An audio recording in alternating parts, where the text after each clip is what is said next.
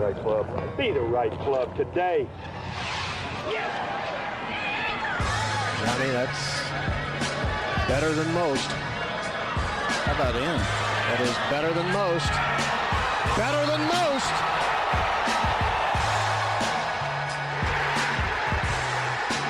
Expect anything different?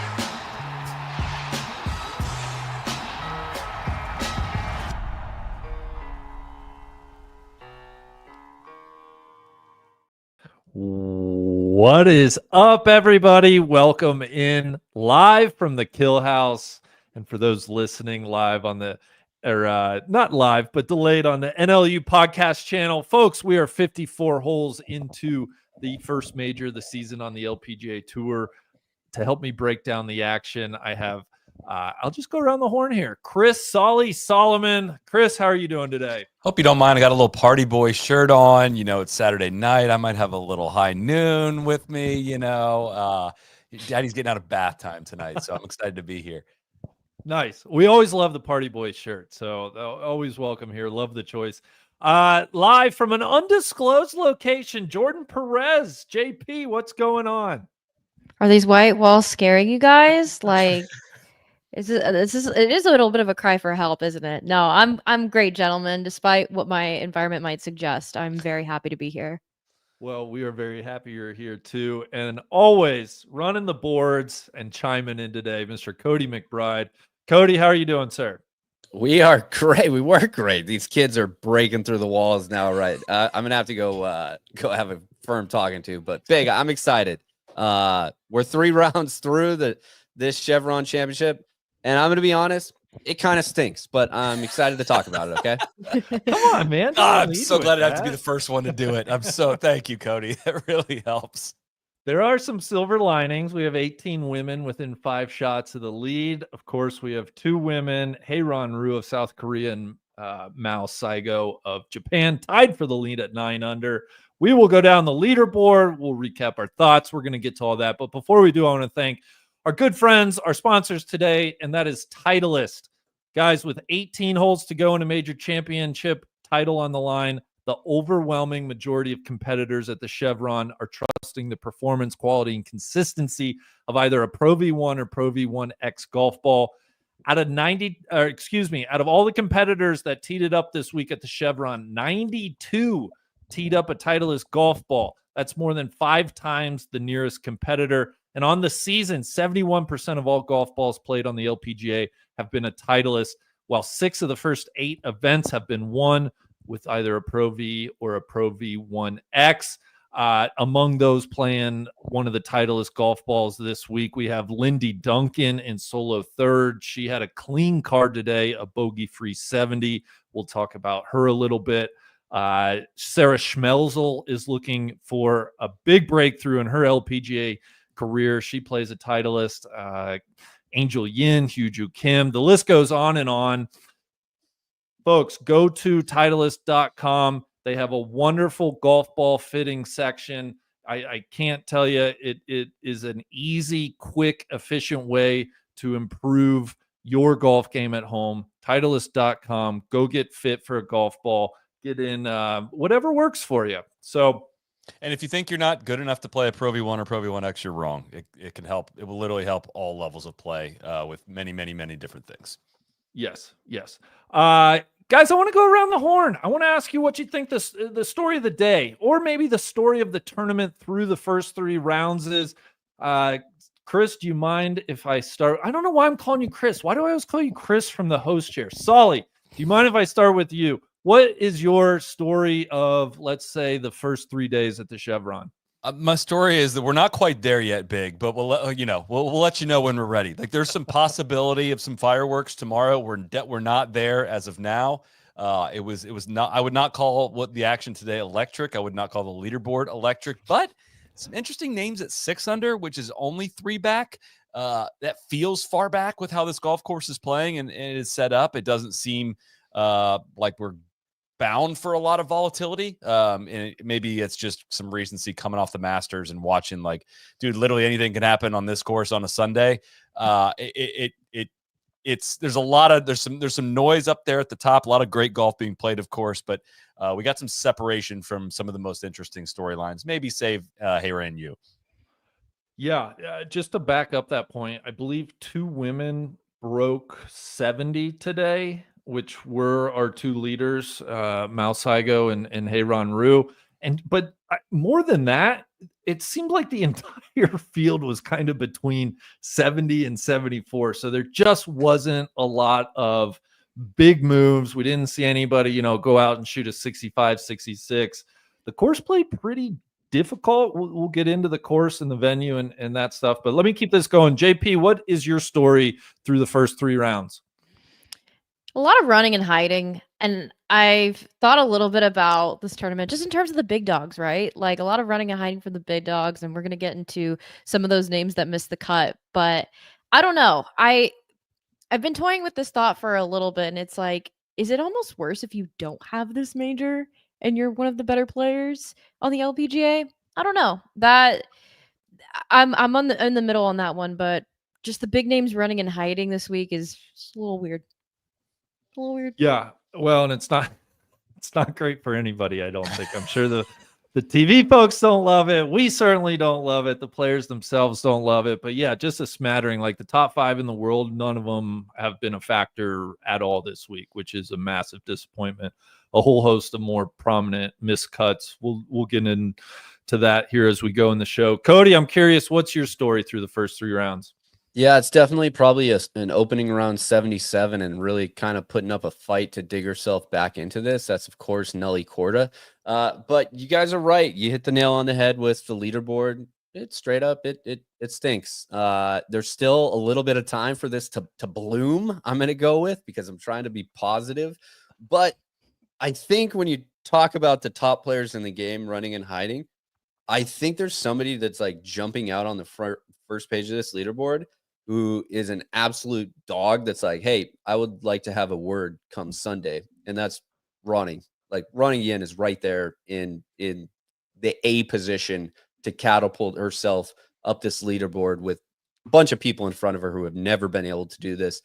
But I understand that some of these names aren't household names at the very top, but it is pretty cool when you talk about players big that broke, the only 2 that broke 70 today, the 2023 Rookie of the Year and the 2024 Rookie of the Year. Like they've been building, they have momentum on their side, and they've definitely put themselves in a great position to get their first major championship. The issue is nobody knows who they are. Nobody knows who Lindy Duncan is and who the struggle is. Nobody knows who, Sarah Schmezel is outside of maybe a little bit last year for Ryder or Solheim Cup, excuse me. But that's it. And like, again, it's another LPGA podcast. So I'm like, this is awesome, Lexi. Like, yeah, sign me up for a Sunday watching Lexi Thompson struggling to come down and close something out. But like, what are we doing? What happened to this tournament? I know. I guess I let's just go through the top 10 of the leaderboard real quick here, Cody. Good time to do that. We've mentioned 9 under T1, Heyron and Mao Saigo. Lindy Duncan solo third at 8 under. At 7 under, tied for 4th, Sarah Schmelzel, Yan Lu of China. And then at 6 under and tied for 6th position, it starts to get very interesting with Lexi Thompson, Ronning Yin, who's a young kind of superstar in the making from China. We can major champion. Major champion. We can talk more about her. Arya Jitanagarn, who dominated the LPGA from like 2016 to 2018. She's kind of coming out of a prolonged wilderness. I don't know what to make of this. Carlotta Saganda really has had success in Europe, has won a couple times on the LPGA. And then you have Hee-Jin Choi rounding out that group. So those are your top 10 women on their leaderboard. There's a whole host at 5 under, 4 under. It's pretty compact. Cody, you kind of touched on my big story, I think, is like Lexi Thompson, right? Yeah, let's go. I've had, I'm trying to think, my mom, my wife, I've had several texts of people like, wait a second, didn't Lexi retire at the end of last year? We were sitting and watching it earlier, and she came up on the screen, and I'm just like sitting there, I literally knew what Hannah was about to say. She's like, I thought Lexi retired, and I just started laughing. I was like, yeah, it's kind of part of the story here. We all did.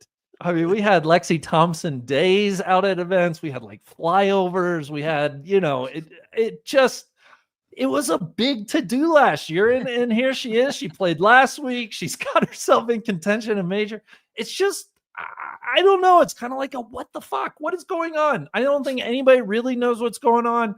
The best I can tell. Hold on. Like we called this when it happened of like, she's going to play so much more golf than she's letting on. It really, I truly don't know the purpose other than maybe for her own sake, releasing some expectations, maybe releasing some sponsor obligations or something like that.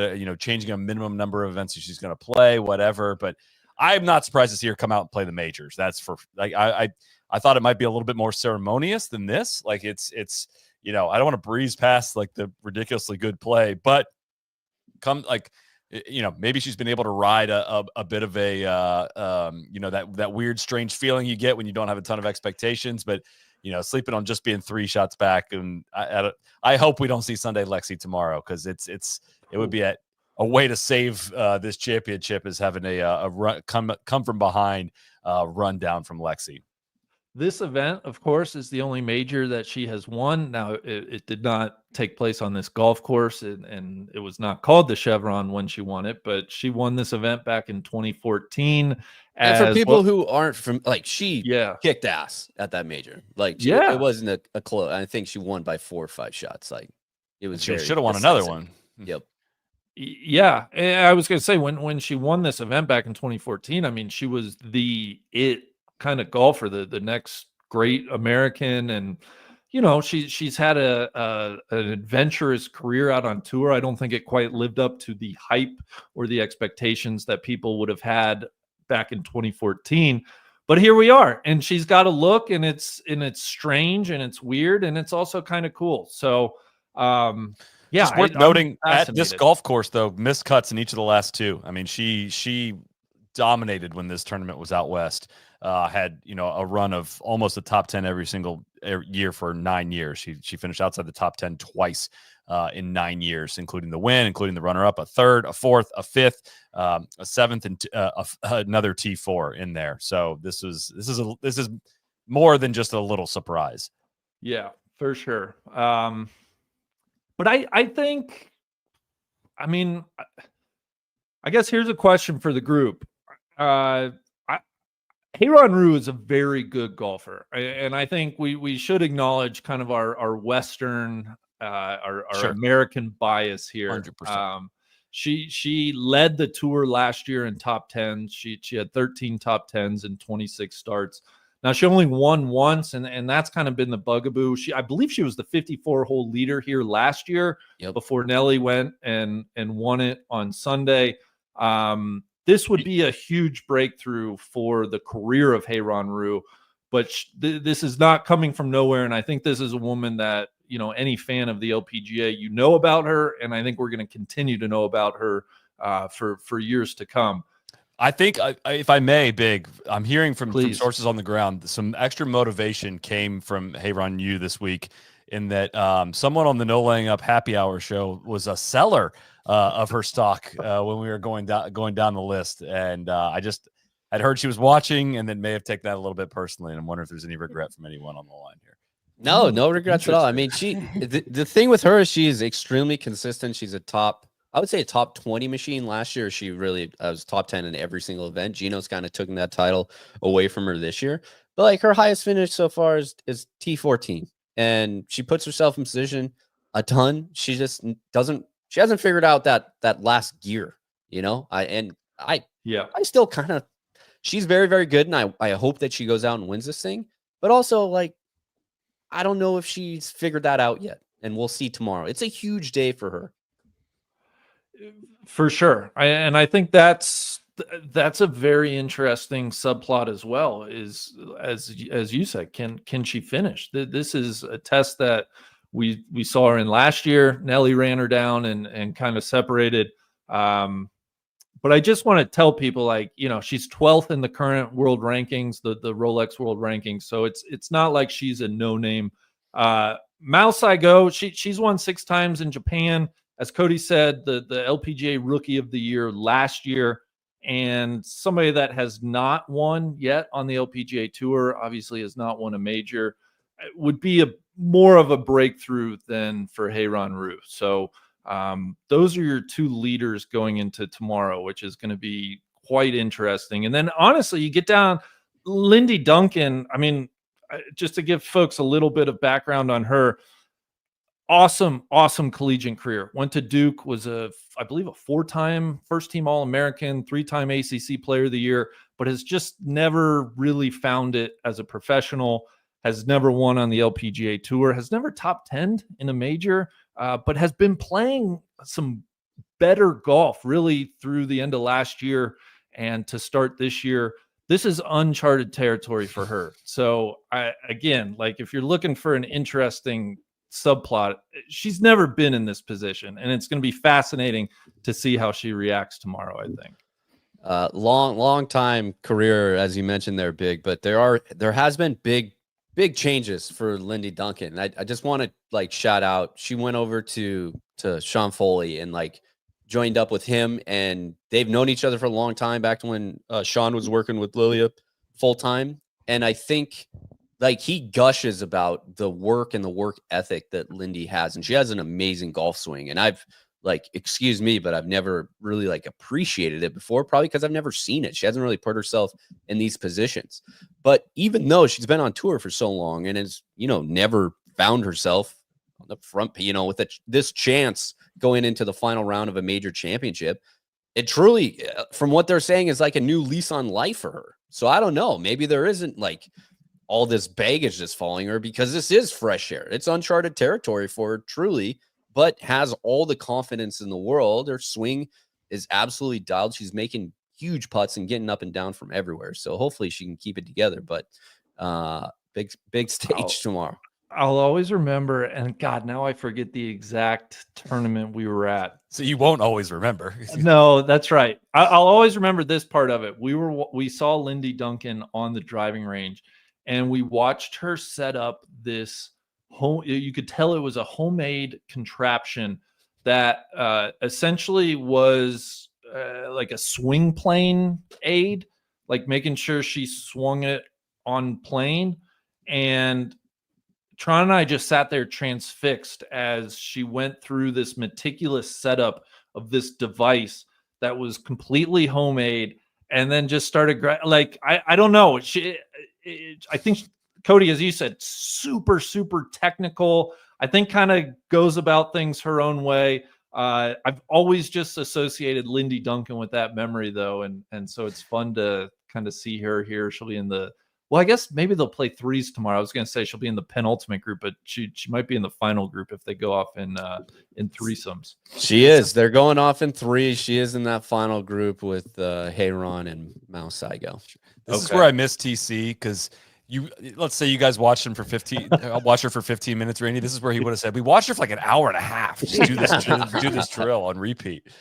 We were just transfixed, because I guess I can't. I'm not doing it justice. Just how like homemade, not janky, but just like it looked so out of place in this professional event driving range where she just set up this big contraption. I don't know. It was just like, oh yeah, she went to Duke. I'm sure she did like engineering or something, some science or STEM related major, if I had to guess. But good to see her. The hard work's been paying off, and here she is with a big opportunity in her career. I think Sarah Schmelzel's an interesting name. Again, she's tied for fourth. She made the Solheim Cup last fall, was kind of the crowning achievement of her career to that point. In search of her first LPGA victory. I don't know if this would be necessarily like a one and done for her, but I think that would be a safe bet. I'm just not sure how many looks Sarah Schmelzel is going to get in majors. She's 30 years old. And so again, if you're looking for a fun story, this would truly be a career defining and a life altering win for Sarah tomorrow, if she could get it done. And then same thing for kind of, I want to say Yan Lu. Now I'm in my head. Yan Lu. I'm totally in my head. But 27-year-old Chinese woman, 195th in the world. I mean, has kind of come out of nowhere. I was looking up who like the last true out of nowhere major winner was on the LPGA Tour. And I saw that Sophia Popov, if you guys remember the Open that happened kind of just out of COVID in 2020, Sophia came into that major ranked, I believe, like 305th or 315th in the world. Lou is ranked 195th. So it's been a great run of majors on the women's side since Popov won, and Lou would break that if she were to get it done tomorrow. So, guys, I guess from here, let's take a brief pause. Jordan, you were talking about the big names that went running. Yeah, how do we get to this list of players that you just ran off, Pick? Can you color us in a bit more on not only like the top 5 in the world, but some of these miscuts too? And do you attribute this to anything, or is this just like, man, just a bunch of bad luck, bad coincidences in the same week? Yeah, I think it's a mix of everything, right? I mean, because we know with Lydia, she's not been feeling her best. She's been in a little bit of pain this past week. So I can give Lydia a bit of a pass there in terms of injury. But Nelly, I'm glad to see Nelly with a little bit of adversity, because last year just felt like everything was a little bit too easy. But you know what? I think that sets up really beautifully for, something outside this major. And hey, you can't clip them both back to back. But it was nice to see her kind of grinding to make the cut yesterday.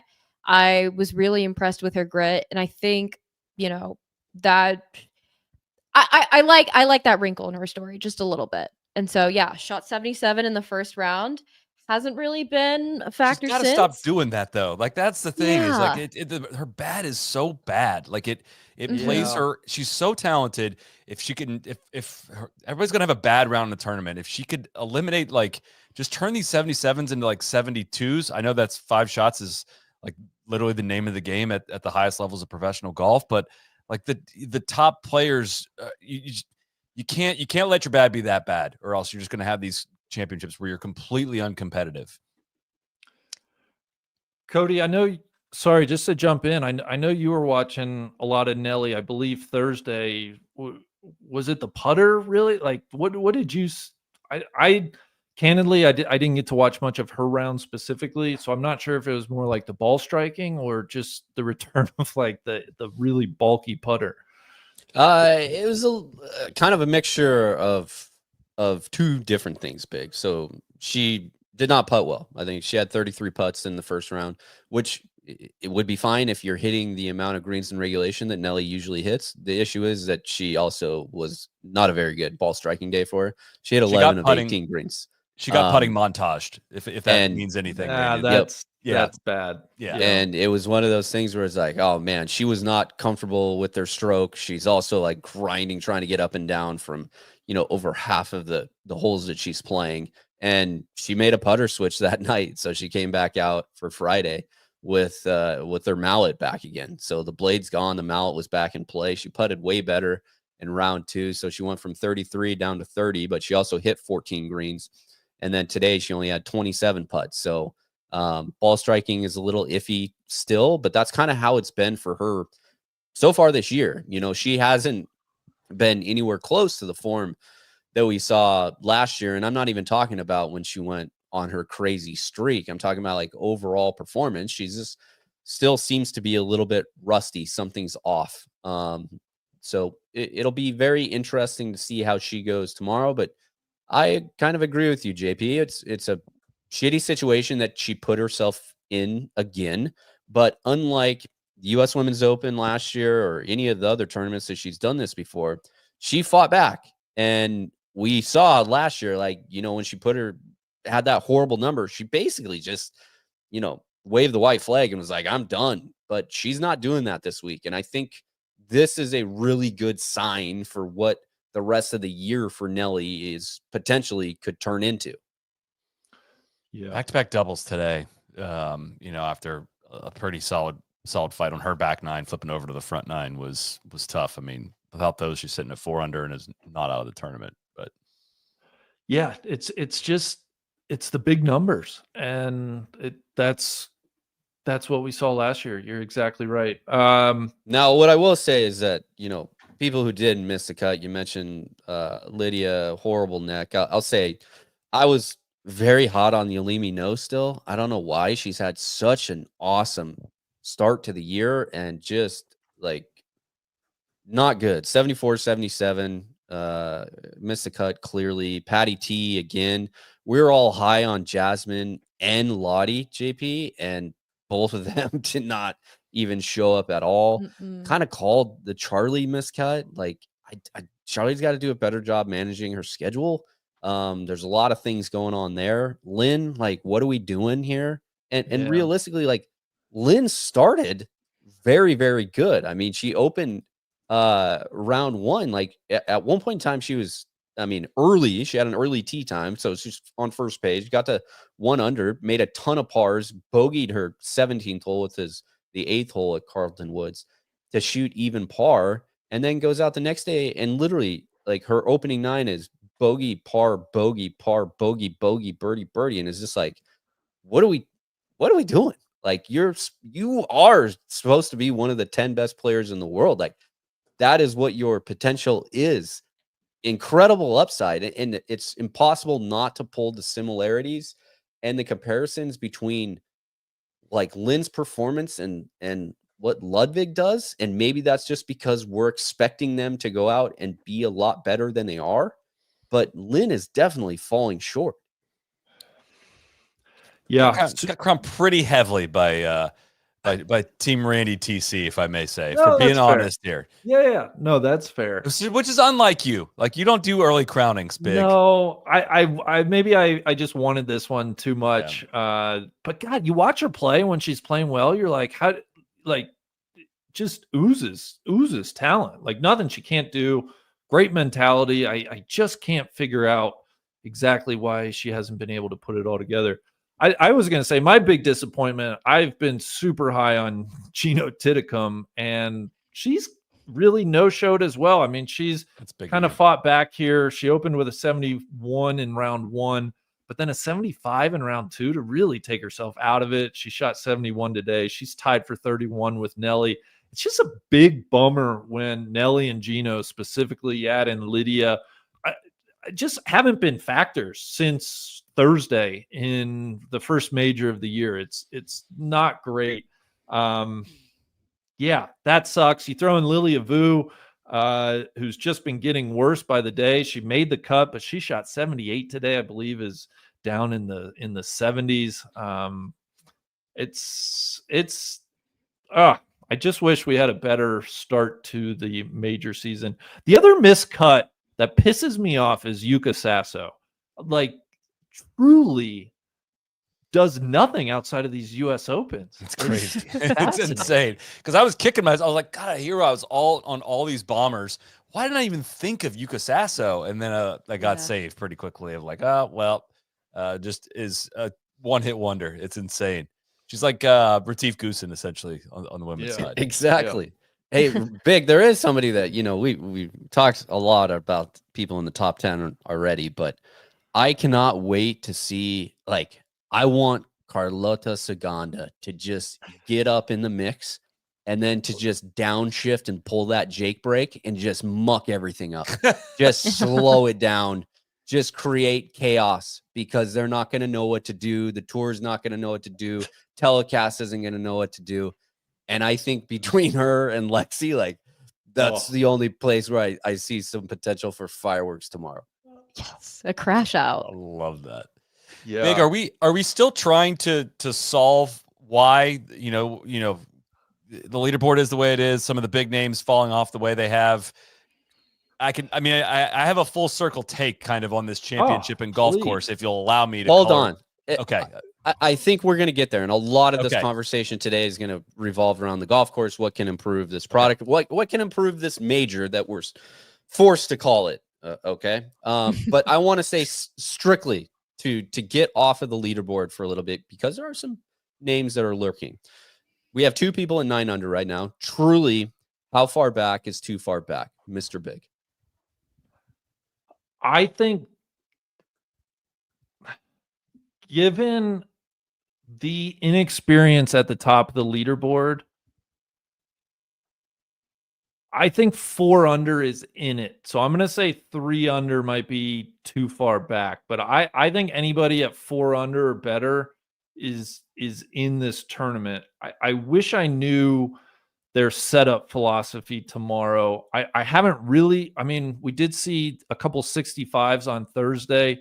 I just wish I knew if there was going to be a possibility of a 65 out there tomorrow, because once you get down to Angel Yin, Hyuju Kim, Lauren Coughlin's at 4 under, Inji Chun, major winner, is at 4 under, Minji Lee is at 4 under. If any of those women were to go out and post a 65, 66, get in the clubhouse at 10, 11 under, that could be, I don't know if that will win outright, but I got to think they would like their chances for a playoff. Copy paste. That's the exact number I'm on. The group at -4 is what leads me to think -4 is still in it. And that I don't know. If I'm them, I'm setting things up to be for the possibility of somebody going deep tomorrow. But also, I don't want to make it too simple for that those at the top of the leaderboard can't get themselves into trouble. So, God, they set it up tough today. Some of those pin positions, we haven't seen them the last 2 years. I mean, that's really where the high scores, or at least high scoring average, came from. I know that, traditionally, I think there is a 66 was the low final round in 2023, but they like moving things up. So 18, they love playing that forward tee box, gives everybody an opportunity basically to go for that green and 2. Trying to think of what the other par 5 on the back 9 too, they always play up. So I think, I think you want to have some fireworks coming down that stretch.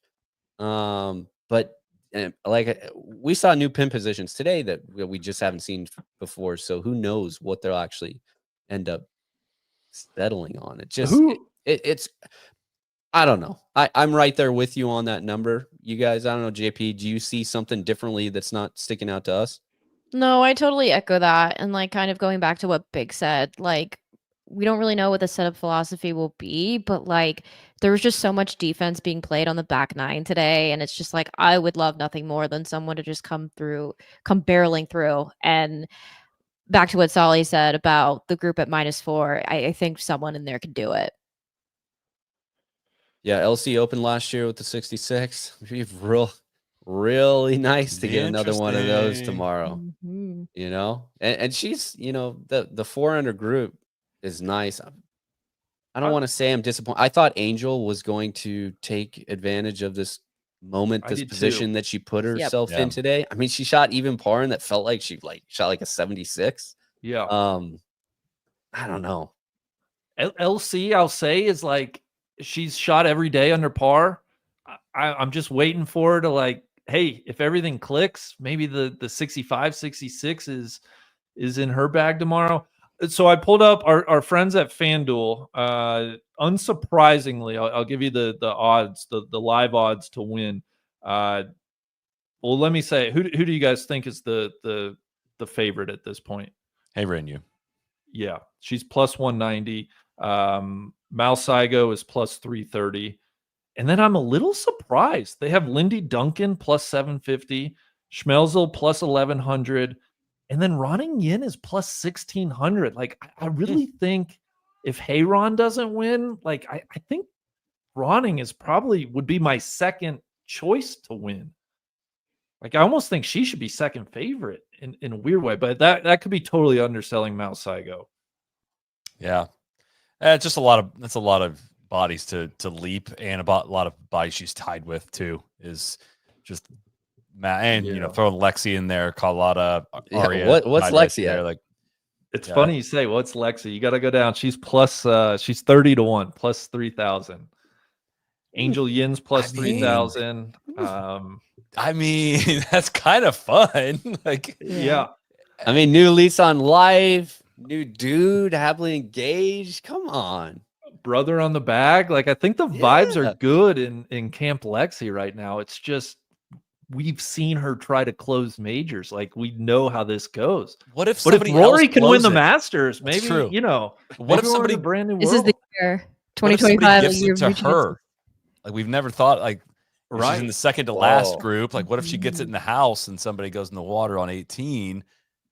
Just saying. Her putting still does not like look Oh. in any way No. good or comfortable to No. me. Did you think that it was going to change? No, with no, no. retirement? I'm just like, I can't imagine her holding clutch 6, 7, 8 footers down the stretch. It just doesn't look good. I said it'd be fun. I didn't say it was a good investment. I said it'd be a lot of fun. Yeah. Rounding out the odds, Carlotta Saganda plus 2,200. Same as Arya Jatanagarn. Heejin Choi is plus 2,000. And Yan Lu is plus 2,500. That's kind of your top of the leaderboard right there. Love it. LC, hey, if you want to believe, LC is plus 7,500. It's pretty Yeah. good. I like Yeah. that. Not an official ad there, but of course, odds subject to change as our long-term partner there at FanDuel Sportsbook. JP, we only have one amateur that has made the cut. Gianna Clemente. Thoughts, opinions? What are we looking at here? I think it's really gritty. And I wouldn't have paired this course all that well with her, but I think she's had a really impressive week. And it's interesting when she gets kind of this like streak of confidence in her. I think she was building off of a good finish earlier in the season when she had her first pro start this year for 2025, not her in her entire career. But I think when Gianna gets a streak of confidence, it ends up creating some really good sustained momentum. And yeah, that was nice to see. It was interesting. I saw that she, in her post round, she was talking about like, yeah, I'm not the longest out here, but I'm just having fun. And when the tough gets going, like I love tough courses and I just want to play up to that. And like we've seen her at Anwar, she makes the cut every year, just, has shown up big in USGA championships. And I want to say I'm not surprised. I think I am a little bit surprised because again, I don't know that I would have quite paired her up perfectly with this course, but it's very nice to see her up top of the leaderboard. One cool thing is she did get a leap point. So for the elite amateur pathway, she earned another point for making the cut this week. And if she was to top 25, she would get another point. But I think she's like T60s or something, if I remember right. So not sure that's quite in the cards for this weekend, but great showing from her. She was the only amateur to make the cut, like you said. So she currently leaps, of course, is the LPGA Elite Amateur Pathway. You have to get 20 points total in order to get your automatic LPGA Tour card. Currently leading that list is Lottie Wood with 16 points. If we look at asterisk tally, so she had 3 going into this event. She got another one there. So currently at 4. Long way to go, but, still very, very young. It's interesting. I mentioned, Koo, Lottie Wood, the rest of them. Is there anything to this? Is it a scheduling thing? What do you think happened here? It could be a scheduling thing when you consider Lottie. She just came off of ACCs last week, and things are just really compact at this time of year. She's got regionals next week, so could be that for Jasmine as well. Jasmine's been on a bit of like an up and down streak lately. I don't really know what's going on ever since kind of around Anwar time. She's been playing some pretty inconsistent golf. But for Lottie, this is interesting because this is probably her worst finish in maybe not almost a year. I'm certainly rounding up a lot, but since the Women's Open, and she low-ammed there very impressively so. And so, yeah, very weird week for Lottie, but I don't take this, not something I'm going to entirely hold against her. It was just a tough week for the AMs guys. I mean, you guys see where Astor's tally ended up. That made me very Tough week sad. for everybody. Yeah. I think that's I'm with you. Tough schedule and coming to a tough golf course. It's a big ask for any AM, I think, this week. Props to Gianna for making the cut. Yep. Should we go down the leaderboard? We don't have to go long, but I feel like should we honor TC with are there any names you guys want to shout out as we go down? I have just a couple.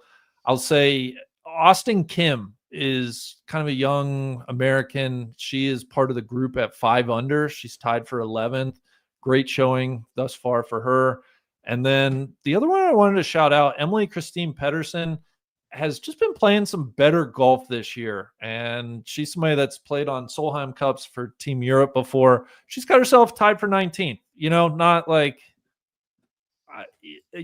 this week will come and go and not many people will care or find her name, but she's playing some good golf. And I like seeing that. Anybody Cody, Lucy Lee, that was somebody I wanted to ask you about. Yeah. Signs of she's life. Playing really well. Yeah. Signs of life from Lucy Lee, currently in that group at 3 under par with Emily Christine Pedersen. Another one that I wanted to give a shout out to it at 1 under is Cheyenne Knight. We hadn't seen anything from her Solheim Cup in Spain last year. She was almost completely MIA, but it's nice to see her there. I think she, of all the Texans that were in the field or Texan residents, she's the only one that made the cut this week. So I don't know. We'll see. I like to see her sticking around. Do you know why, Big? Do you know why that Texas connection matters? No, but I'm sure you're about to tell me. Well, our No Laying Up Pro Shop is celebrating all things strap this week with a promotion to help you stretch your budget. Get a free strap t-shirt of your choice with any purchase of $75 or more now through Wednesday, April 30th. Fill your cart, choose one of the 13 different strap t-shirts and enter Texas. That's promo code Texas at checkout to make the t-shirt free at store.nolayingup.com. I'll put the link, of course, in the show notes, the podcast notes, but we're going to West Texas, baby. Strap Boys are back at it this Wednesday. Strap premiering on our YouTube channel. Yeah. Neil and I had a bunch of fun over in the western part of the state. The only other name I wanted to call out, she won last week, Ingrid Lindblad. She's tied for 51st, 3 over. Not her best week. I'm sure she's exhausted after winning for the first time last week, so can cut her a bit of slack there. But I couldn't even imagine trying to come down from that high of everything that's going on and still being, up in the air. We didn't talk about the other, LSU Swedish connection. Disappointed to miss the cut too. Is Madeline. That kind of sucks. One little weird thing that I noted out there. Georgia Hall, who's been completely a ghost, not really known what anything's going on with her lately, but playing good currently at T24. Did you guys recognize who she has caddying for right now? No. It's Paul Dunn. Really? Yeah. I was like, wait a second. The guy who makes a run at the Open, right? Yeah, I think he's still playing professional. So of course I reached out. They're they've been dating for a bit. So Georgia rebounded from the relationship with Miss O'Toole, and now it has boyfriend and caddy Paul Dunn on the bag. I was like, hell yeah, let's go. So be on the lookout. Be on the lookout for that. We'll see. But guys, I think that brings us. What's going? Sully, you started this earlier. I don't know what we can do to this tournament. You can't change venues. I'm pretty sure Chevron is not with this sponsored. I'm pretty sure I know. they're locked in there. Truly, this could just be us pissing into the wind here, but we should just talk about it. So again, kind of where I think we could be at with this leaderboard, why things have worked out this way. You could run a different iteration of this tournament and have Nelly at the top and Lily Vu at second, and it's not like this bad venue is giving us the bad leaderboard. It's a little lazy on my part, but at the same time, if this was I know not every tournament can be the U.S. Women's Open, but if this was the U.S. Women's Open with a very interesting championship venue, interesting USGA setup, and this is the leaderboard you get, asking very specific questions, firm greens, especially difficult challenge, and you get this leaderboard, you'd say dude, these are the ladies that have threaded the needle of this challenge and gotten to this point. We are seeing a style of golf that is very, very much in line with what we would see week to week on the LPGA Tour. This is, of the last 2 weeks on tour, this is the second best venue we'll see. And El Caballero, I know you're afraid to say that one, Cody, but that was the backup venue, out in LA. It's just not a championship venue. And I'm so sympathetic towards everything we say every year about this tournament. Chevron has dumped a bunch of money into it. The purse is fantastic. They've dumped a bunch of money in the golf course. Thomas Keller's doing the champions dinner. There's tons of seating out there in the shade. It doesn't seem like Chevron's doing anything wrong with this tournament other than hosting it at this venue, which is not good for fans. And when it's not good for fans, fans don't show up. And when fans don't show up, it doesn't feel like a big event. Like it's a major, it's a minor, it's a major in name only, which you can't you're just kind of faking the whole thing. And everything you describe about what Chevron has done for the tournament gives it a elevated event feeling. Like it's a very nice golf tournament. They treat the ladies great. Like it's a very nice experience for them. But it's so far, it's in the same category as Evian of like, you can't just like call something a major and we're all going to nod our heads and treat it that way unless it's at a course that is a banger that you're going to come back to every year. Like I appreciated what Grant was saying on the preview. There's no microwave for history. Like, you're not going to speed up to this. I don't feel like we're on that path though at all with this venue. And it's not like they're doing a bad job with the setup of the golf course. And it's not like it's a bad golf course. It's not, it's just totally meh.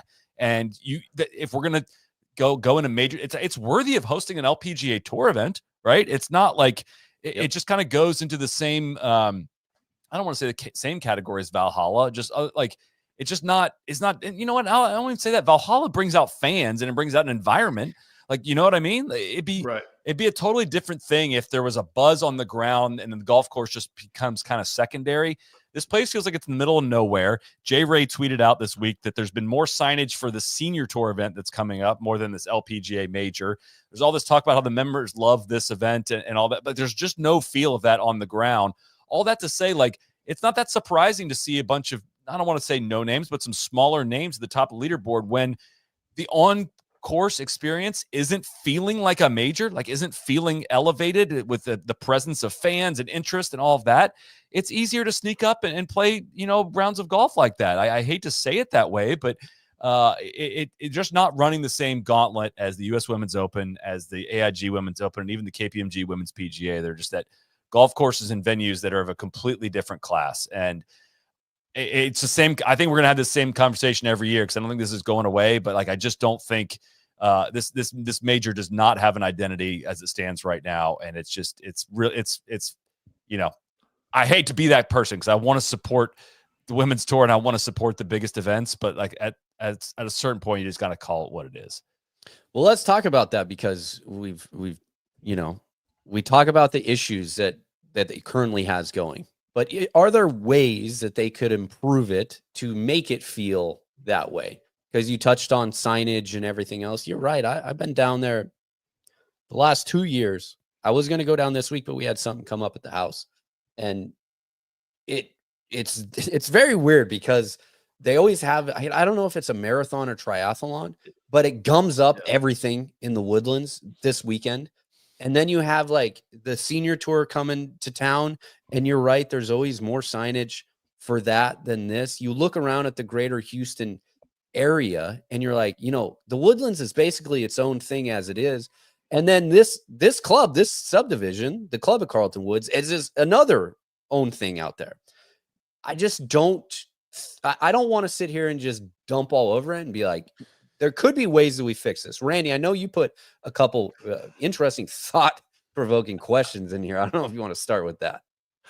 Well, one's kind of dumb, but to your point, like, I want to first say, I want to commend. Super quick pause on like the only like lens we're dumping on it through, Cody, is that it's a major. Like if this was an LPGA Tour event, I don't think there'd be any of this dumping on it. Right, but it is a major. Right. And I said this last year, and I went through. It's like, oh man, like maybe people aren't like, why the fuck does the LPGA Tour charge tickets to any of their events?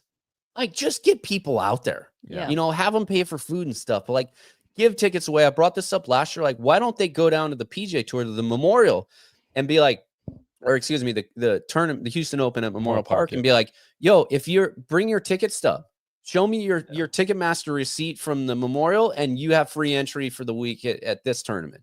Like, they got to have something. Send people to the damn Astros games or to the Rockets or some, they got to do something because there's a lot going on in Houston right now. And this major championship is at the bottom of the stack. Yeah. What I was going to say is I want to commend the membership at Carlton Woods, because from all accounts, they really want to host this tournament. And that's no small thing, Sure. Especially on the women's side. It's not your fault. So it's not your fault. Yeah, No. it's not you guys. But Saul, you're right in that if you're going to have what we're calling a major championship every year at the same venue, that venue has to bring something to the table. And it just doesn't pop on TV. One of my suggestions, I guess, or one of my ideas, like this is the third year watching this, right? The third year this event has been at Carlton Woods. I really can't tell you what any of the holes are or do. I know 18, just because it's, the last couple of years have come down to 18. It's played a part. But man, I can't just recall what the 13th hole is, or the 16th or the 7th. Like, is it as easy as, like, should we just start by naming holes? Like, if we're going to be at this course for the next 20 years, at least give me hole names. Yeah, because then I can start associating holes. There's always the issue of like the broadcast, right? The NBC Golf Channel, they don't do a good job at all, like profiling the hole, like telling us what makes a hole difficult, sharing the strategy, right? There's just no augmentation from the broadcast in that regard, which stinks. And then, Beth Ann was you're not in a great spot when like Beth Ann's tweeting about like, man, doesn't feel like a major atmosphere out here today. Like Justin Ray is tweeting about it. I saw Lauren Stevenson, who is a professional golfer, was saying like, yeah, the course, it is not a good course for spectators. It's hard to get around. James Tinley, for anybody watching, he's saying how hard the Ironman makes getting out to the Woodlands on a Saturday. His handle is Woodlands Gooner, which I really appreciate. So it just, here's the Lauren Stevenson tweet in reply to Beth Ann, quote, because the course is terrible for spectators. Like, if it's not good for spectators in person, and it's not a great golf course for the television viewers, it just leaves you with like, yeah, what are we doing? What are we doing? So I don't know. The frustrating thing is like, it's going to be here as long as Chevron wants it to be here, and as long as they put up a big purse. And honestly, some of that's like good for them, but as a golf fan, it's like, yeah, it kind of stinks though.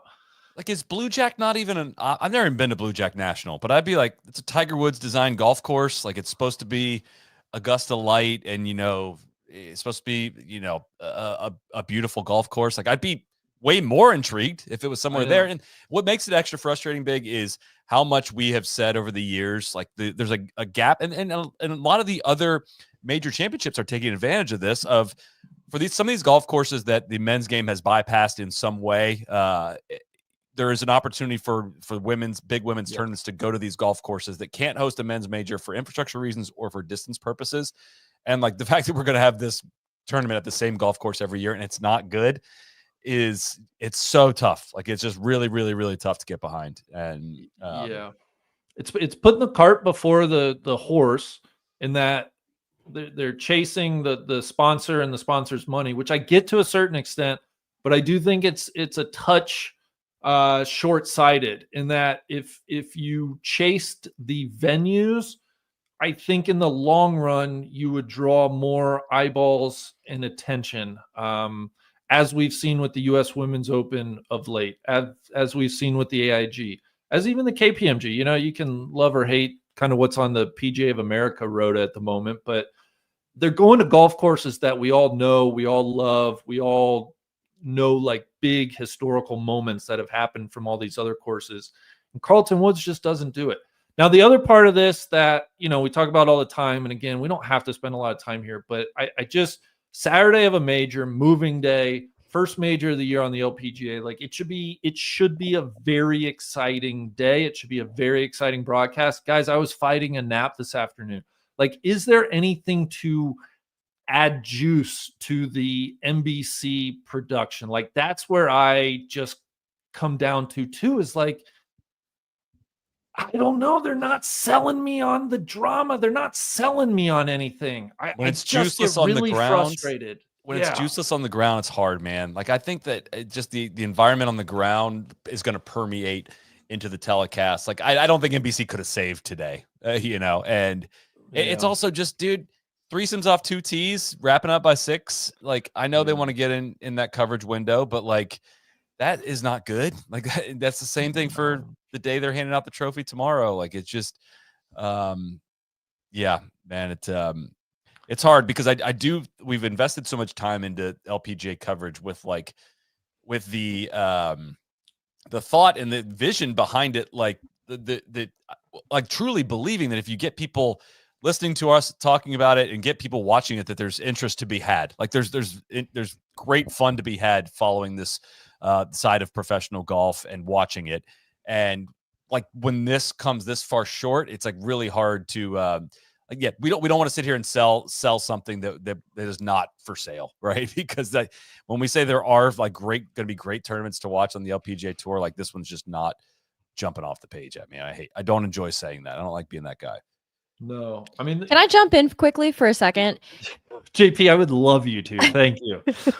If I'm other governing bodies, I'm pissed because totally. This is diluting what it means to have a women's major, because 100%. there are now 2 women's majors that don't live up to the pedigree of what a women's major should be. And there's so much other excitement throughout the year, throughout the rotas. Like we've seen the courses that have come out, courses on the women's open side, on the US women's open side, and like they only are getting better and better. Like I look at those calendars years out and I'm like, oh my gosh, this is so awesome.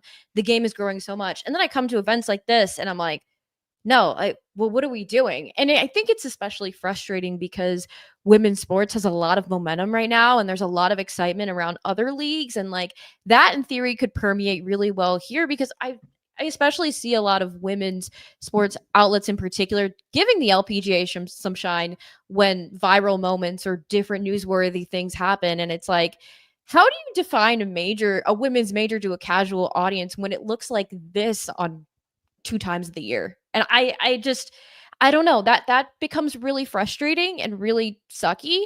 I was thinking back to something you said earlier, Big, about like maybe what could like juice it up, splash it up a little bit. And I noticed something Anwar was doing this year that I really liked, which was playing at Augusta National. Playing at Augusta National. We could do that. We could try that, perhaps. I don't know.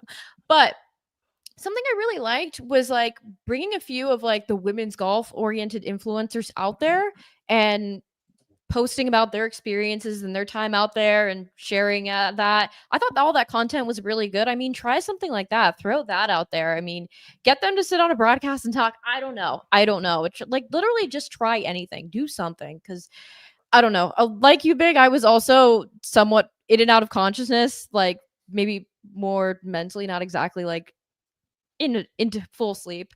But it's like, dude, what are we doing? Like, why are we talking to the camera operator who's like 35 feet in the air? Like, what are we doing? Let him do his job. You think that was sick? Come on, man. He got camera time.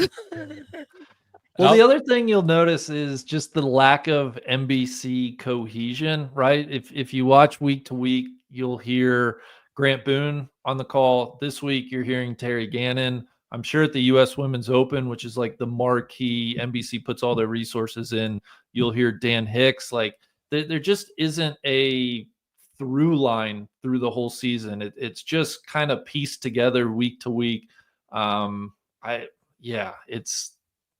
It's not a great.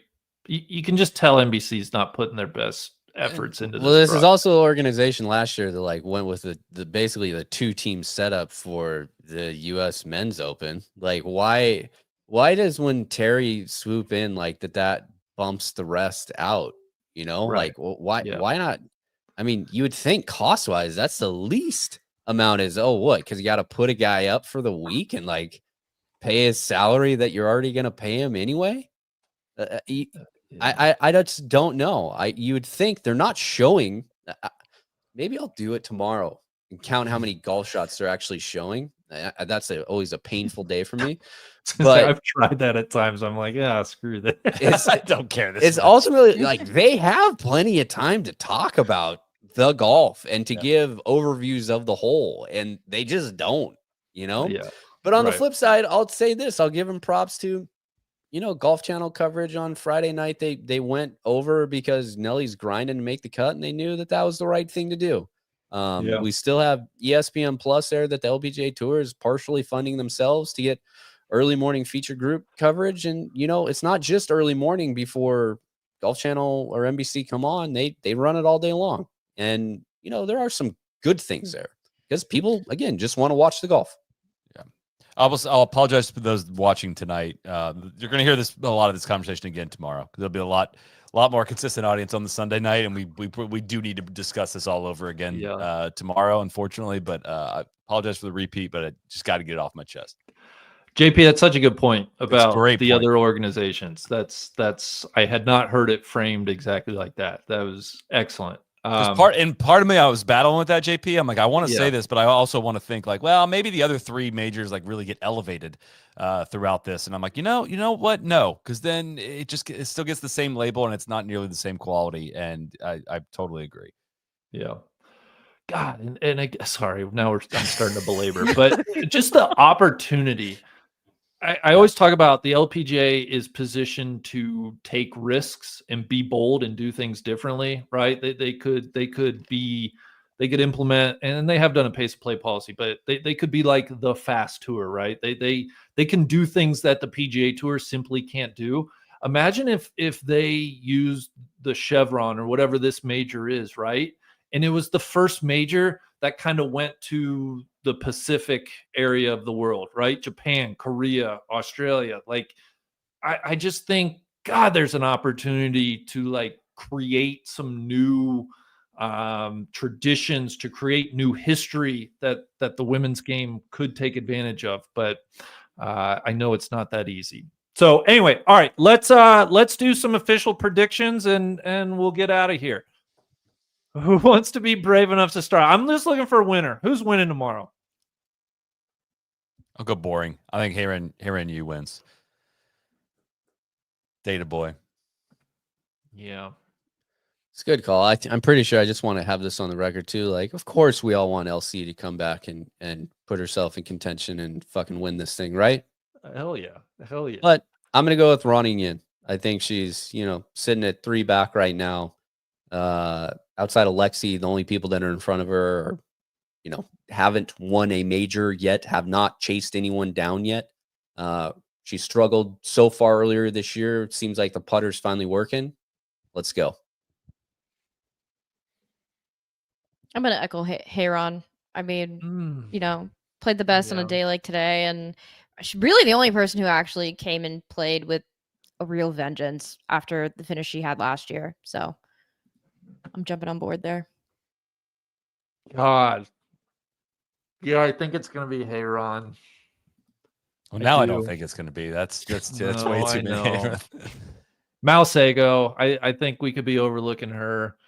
And if not, yeah, God, I just think, are we overlooking Aria? I'm going to go with Heron Rue. 3 Herons and a Ronning Yin. No respect to Lexi. No respect to Sarah Schmel. No, but it's going to be entertaining to watch. I hope Lexi stunts on us. Let's go. For sure. Yeah. 100%. Yeah. All right. Well, guys, this was fun. We hopefully we set things up for tomorrow. Caught everybody up. If you have not been tuned in to the Chevron yet, it will start. You can pick it up. ESPN Plus will have some early feature group streaming coverage. And then Peacock, I believe, picks up coverage at 2 p.m. Eastern. And then NBC from 3 to the conclusion of the tournament. So that is your viewing schedule. I hope we're in for a good finish. We certainly have a packed leaderboard. So whoever wins, I hope it's exciting. JP, Cody, Solly, thank you. Thank you to Titleist. Thank you to ourselves. Check out our pro shop. Check out Strap next week. Cody, thank you for producing. And thank you everybody for hanging out and listening, and enjoy the Chevron. We'll be back Sunday live. We'll obviously be breaking down what happens at the Chevron. We'll be talking about the Zurich Classic on the PGA Tour. So join us Sunday afternoon. Wow. Shots fired at Liv Chapultepec, which of course Chapultepec is not on television today. Like, I was fucking stunned.